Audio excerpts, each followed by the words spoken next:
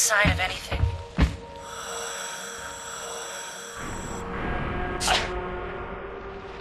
Squad 2, go. Probably all dead anyway. Cut the chatter, damn it.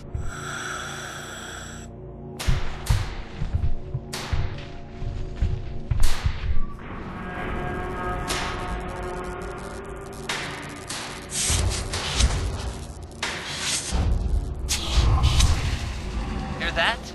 Contact 30 meters ahead. Report, Bravo 2. Form up, everyone. Visual? Negative. I don't...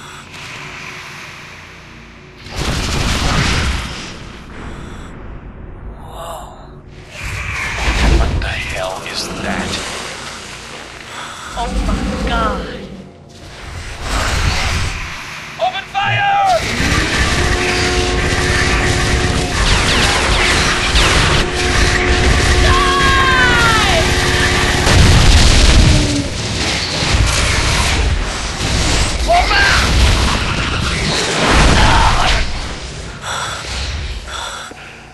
Bravo 2, what's going on? Please respond. Oh my god. No. Oh.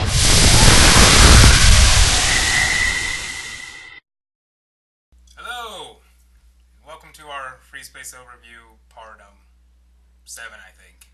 Yeah, we kind of lost track. We've been stuck in this room for a couple weeks now. I'm starting to lose track of time. Well, I say weeks, but I'm assuming we've been in here for a couple weeks. I'm not entirely sure, because I haven't seen the sun in a while now. I'm kind of losing track here. Yeah, I mean, we just get files and they tell us to talk about them, so... Yeah. But we should probably get to it before our kidnappers decide to kill us. Yeah. Let's get to jump in this. So, quite a cutscene, don't you think? Yeah, it was quite the cutscene.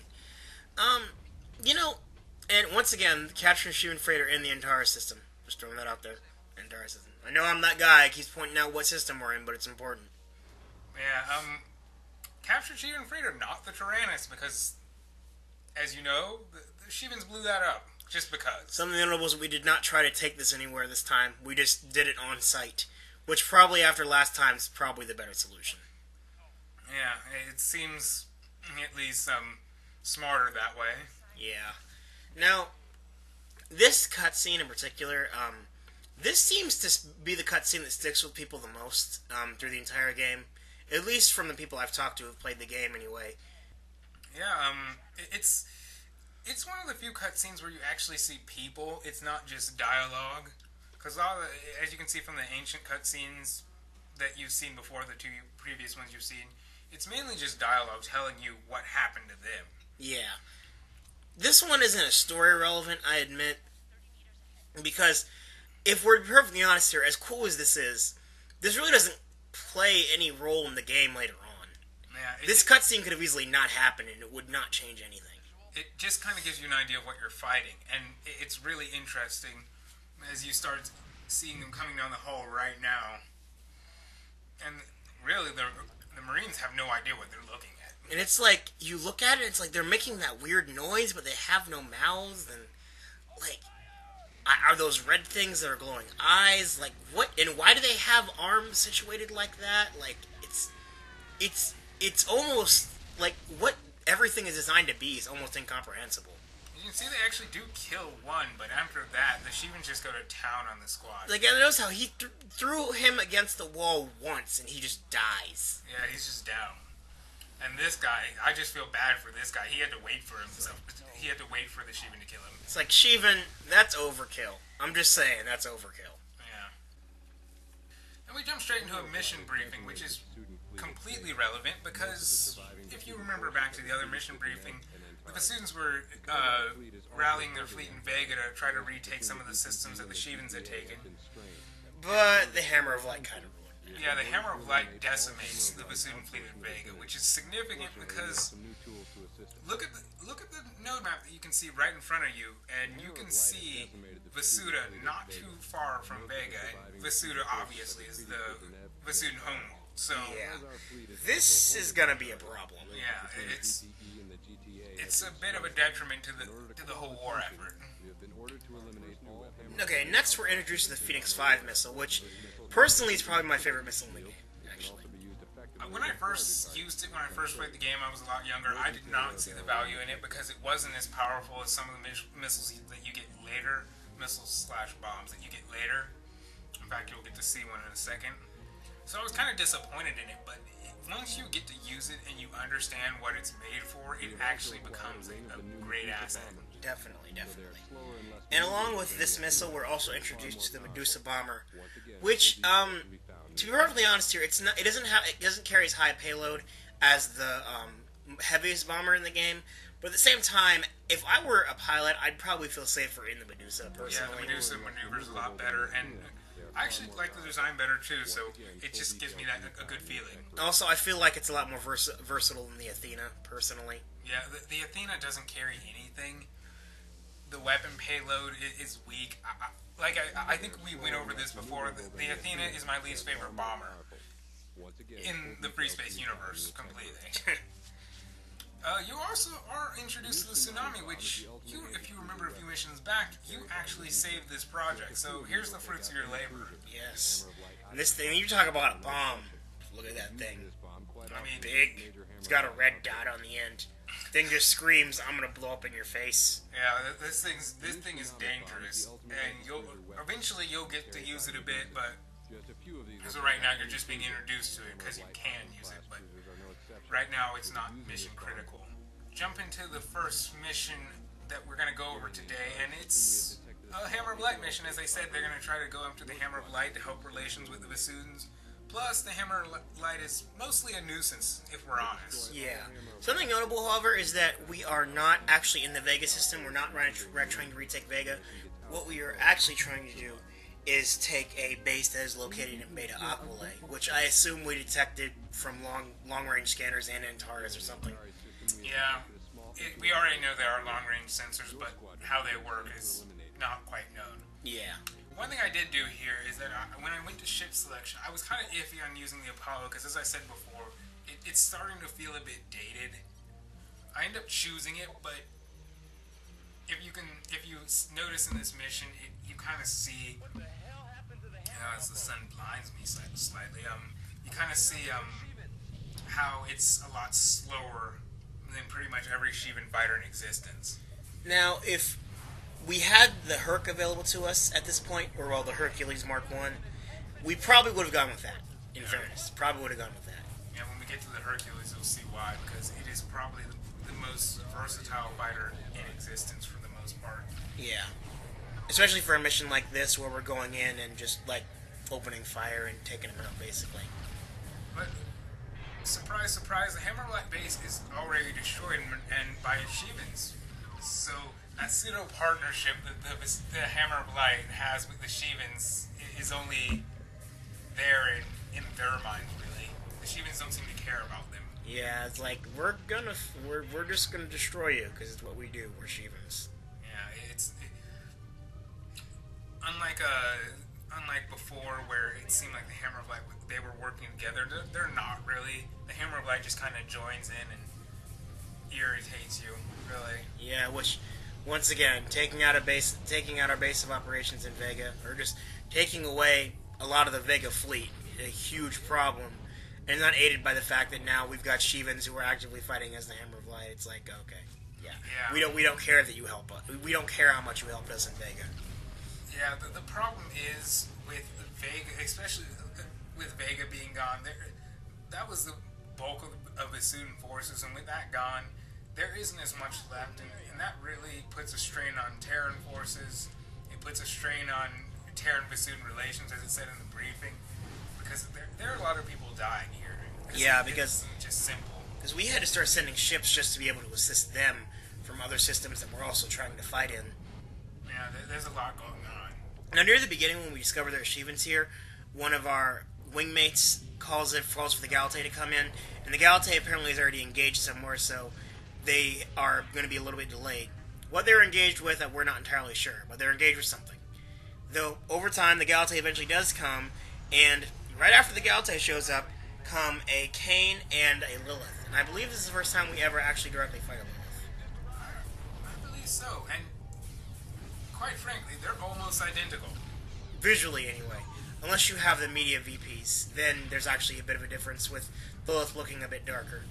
Yeah, this difference is slight, but the Lilith is slightly more powerful. It's kind of like the Terran Cruiser, the Fenris. There's a variant called the Leviathan, which I'm not sure if we've seen in this game yet.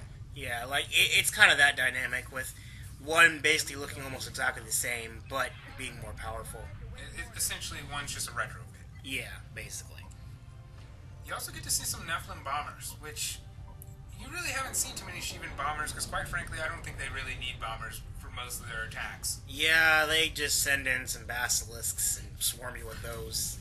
Fun to kill, but those things can swarm on you, man.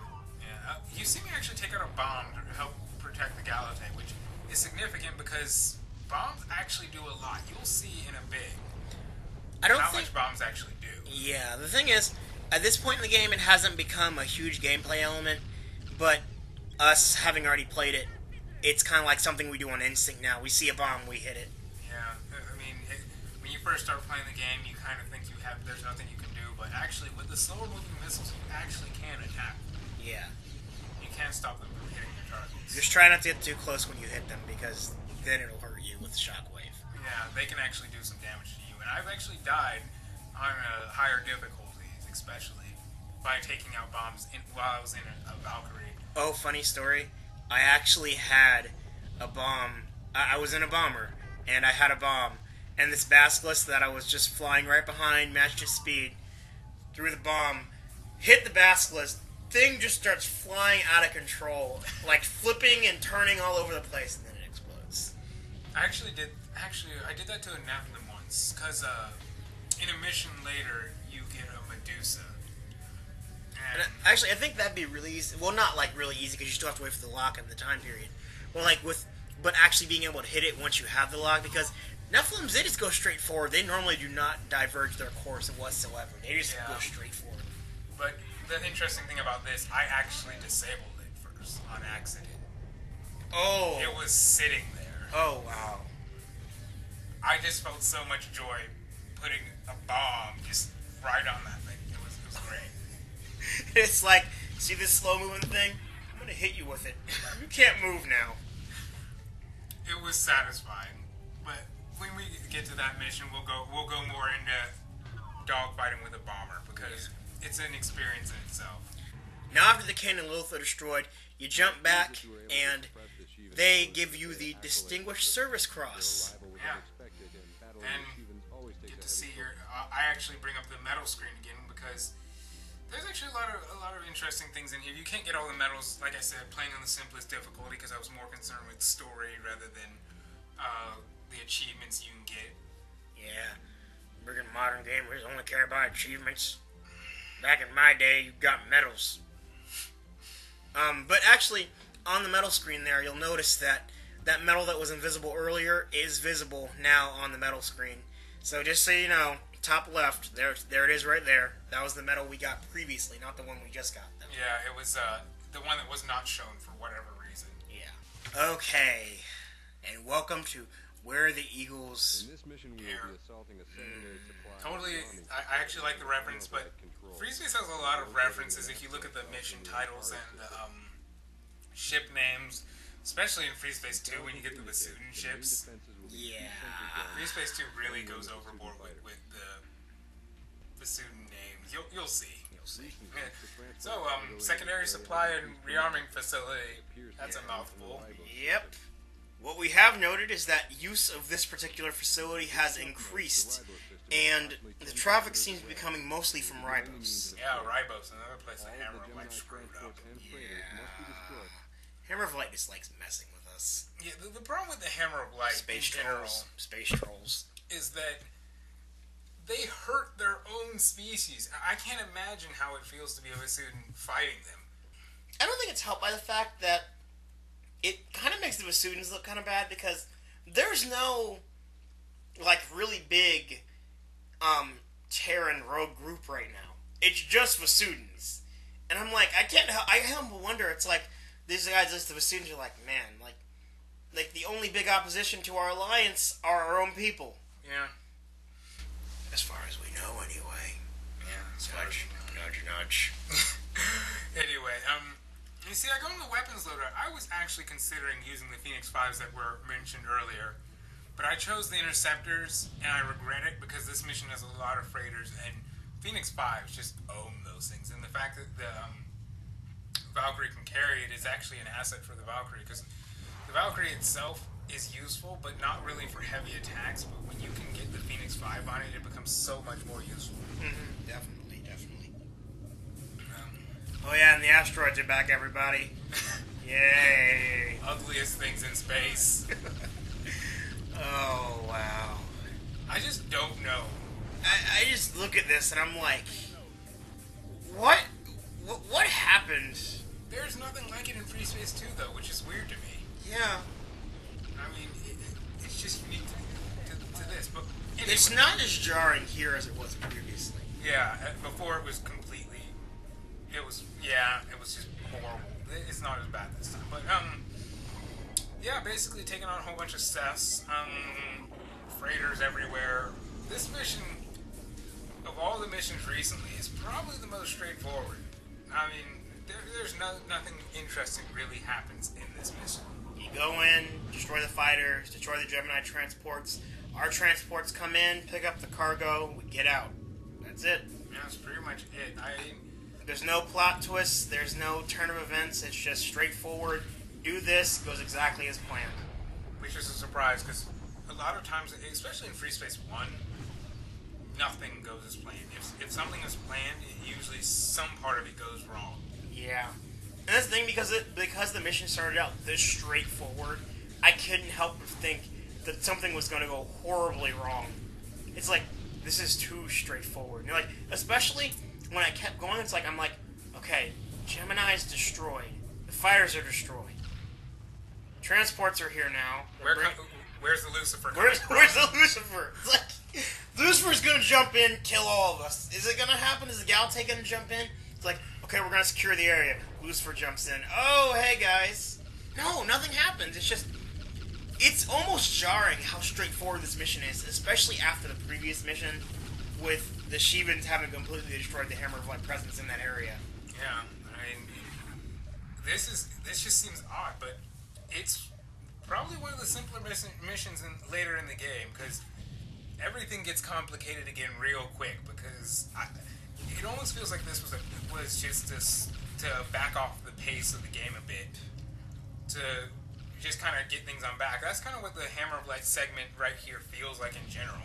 Yeah, it's just kind of a segue into more Shivan stuff. Yeah, I mean, and this isn't the last Hammer of Light mission. There are a couple more, but this one out of all of them is probably the one that is the least interesting. And that's actually interesting, because a lot of missions where you fight the Hammer of Light, there's some kind of deception, or they somehow bring in something that you weren't expecting them to be able to. It's like, nope, we just take them out, and that's it. Yeah, everyone lives. The Hammer of Light actually fights a lot like terrorists, really, rebels. They have innovative ways of doing things. They get what they need. They fight interesting, as they should as a rebel group. Basically, though, like I said, straightforward mission. You kill people and you get out, basically. Yeah, that's it. Transports come, they leave, and you leave with them.